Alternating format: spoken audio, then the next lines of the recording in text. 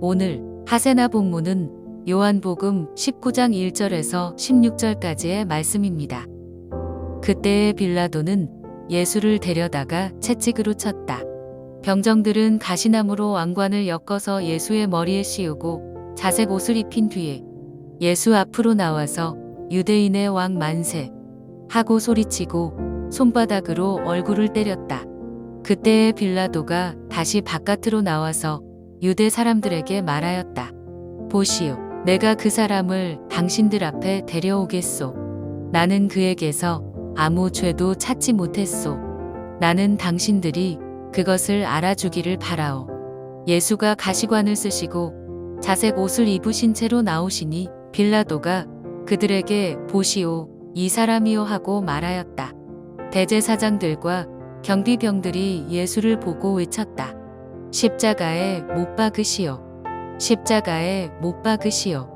그러자 빌라도는 그들에게 당신들이 이 사람을 데려다가 십자가에 못 박으시오. 나는 이 사람에게서 아무 죄도 찾지 못했소 하고 말하였다. 유대 사람들이 그에게 대답하였다. 우리에게는 율법이 있는데 그 율법을 따르면 그는 마땅히 죽어야 합니다. 그가 자기를 가리켜서 하나님의 아들이라고 하였기 때문입니다.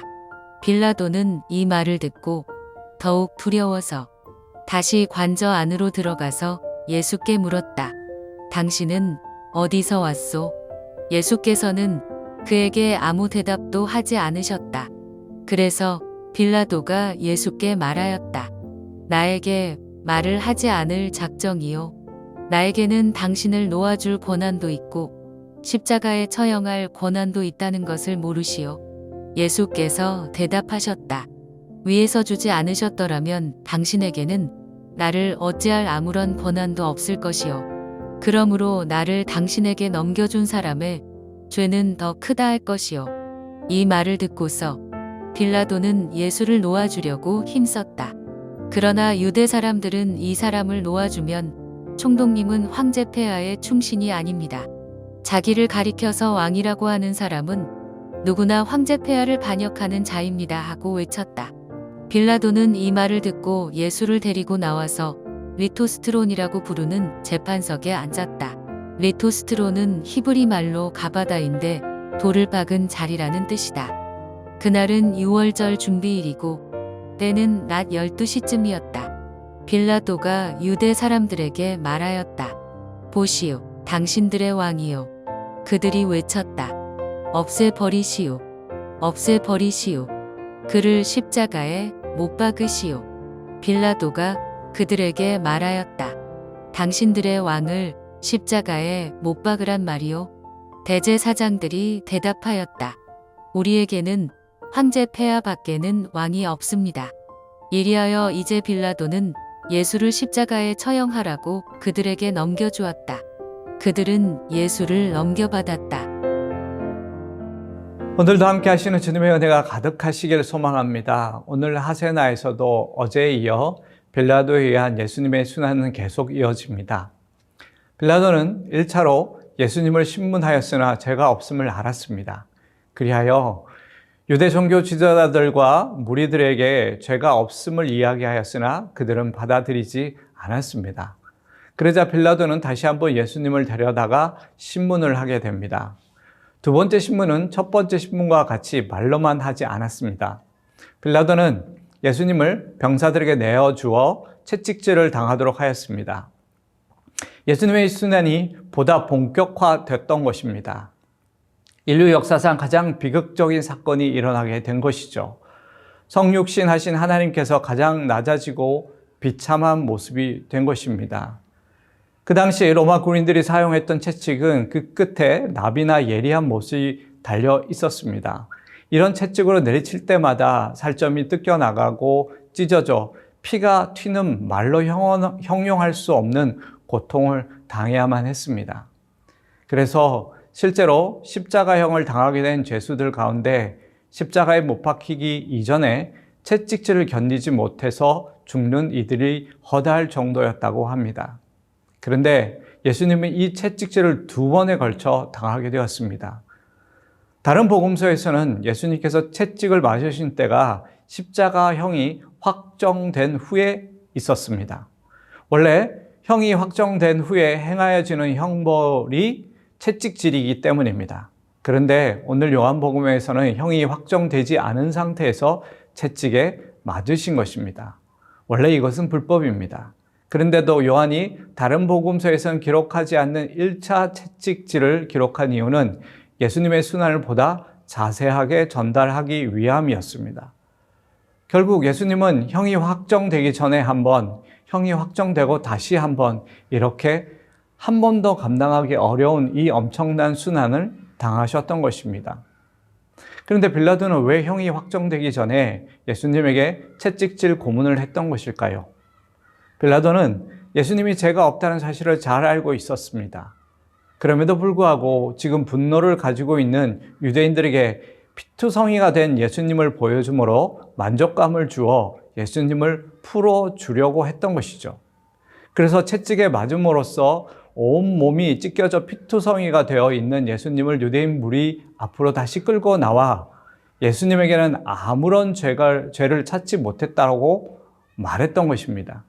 그러나 광기 어린 유대 군중들은 십자가에 못 박으라고 더 악을 썼던 것이죠. 그래서 빌라도는 나는 죄를 찾지 못했으니 그럼 니들이 데려가 십자가에 못 박으라고 말한 것입니다. 그제서야 유대인들은 자신들이 왜 예수를 죽이려 하는지 본심을 말했습니다. 율법에 의하면 그는 죽어 마땅한데 자신을 하나님의 아들이라 했기 때문이라는 것이었습니다. 당시 로마 식민지를 다스렸던 총독은 우선적으로 로마법을 기준으로 범죄자를 처벌하였지만 부차적으로는 그 지역의 자치법을 어긴 자에 대해서도 그로 인하여 민심이 동용되고 안전이 깨트려지는 경우 처벌할 책임이 있었습니다. 그래서 대제사장과 무리들은 예수님을 정치범으로 몰려 했던 그 시도가 이루어지지 않자 율법을 근거하여 예수님의 유죄를 주장한 것이었습니다. 그야말로 빌라도가 더 근심하게 되었습니다. 왜냐하면 그 아내의 꿈 이야기가 뇌리에 겹쳤을 것이기 때문입니다. 빌라도는 더욱 예수님을 풀어주려고 더 애를 썼습니다. 그러나 유대 무리들은 더욱 길길이 날뛰며 빌라도를 정치적으로 압박을 했습니다. 자신을 왕이라 하는 사람을 죽이지 않으면 황제를 반역하는 자라고 말입니다. 결국 바르게 판결할 책임과 의무를 가진 총독은 재판석에 앉아 군종의 힘에 의해 바르지 못한 판결을 하게 됩니다. 그런 상황에 대제사장들의 대답이 압권입니다. 우리에게는 로마 황제 폐하밖에는 왕이 없습니다. 여러분, 유대인들의 신앙에 있어서 오직 여호와만이 그들의 왕입니다. 그런데 대제사장이 하는 말이 바로 하나님을 모독하는 내용입니다. 예수님을 신성 모독의 누명을 씌우고 있지만 자신들이야말로 이방인 앞에서 신성 모독을 하고 있었던 것이죠. 이 모든 상황 가운데 우리 예수님은 모든 고초를 감하지도 피하지도 않고 다 받아내고 있으셨던 것입니다. 그들의 모든 악한 마음과 치졸함과 계략과 실수를 다 아시고도 묵묵히 그리고 아무런 행동도 하지 않으셨던 것이죠. 모든 순환을, 고통을 다 받으셨던 것입니다.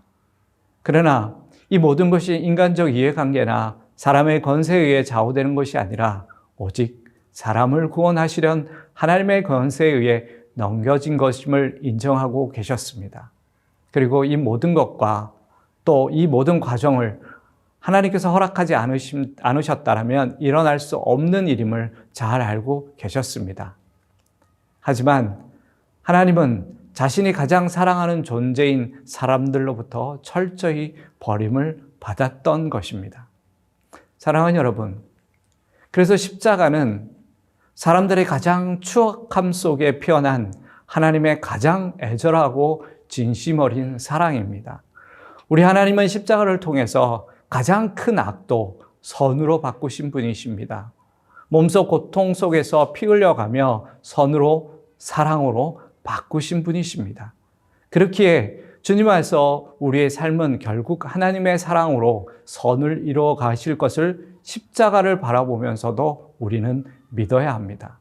사랑하는 여러분, 지금 사순절을 지나고 있고 다음 주면 고난주간이 됩니다. 다시 주님의 순환과 고난을 통해 우리 삶에 주어진 하나님의 사랑과 은혜에 감사하는 저희들이 되기를 소망합니다. 오늘의 하시조는 이웃에게 예수님을 전하는 것입니다. 두렵고 떨리지만 주님이 우리에게 맡기신 사명이니 담대한 마음으로 기쁘게 복음을 전해 보시기를 바랍니다. 그럼 오늘의 하시조 함께 하시죠.